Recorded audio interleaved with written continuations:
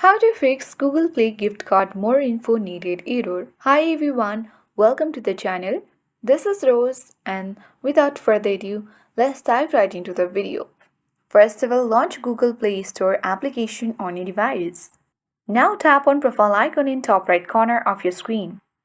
Now navigate to payment and subscriptions option and this will take you to the payment and subscription page. Tap on redeem code button or option.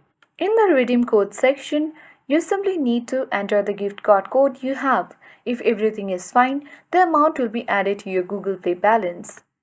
If you see the message, we need more info into the redeem your gift card section, you can easily go to Google Play support page through the official website and provide the required details including the gift card, code and any other requested information.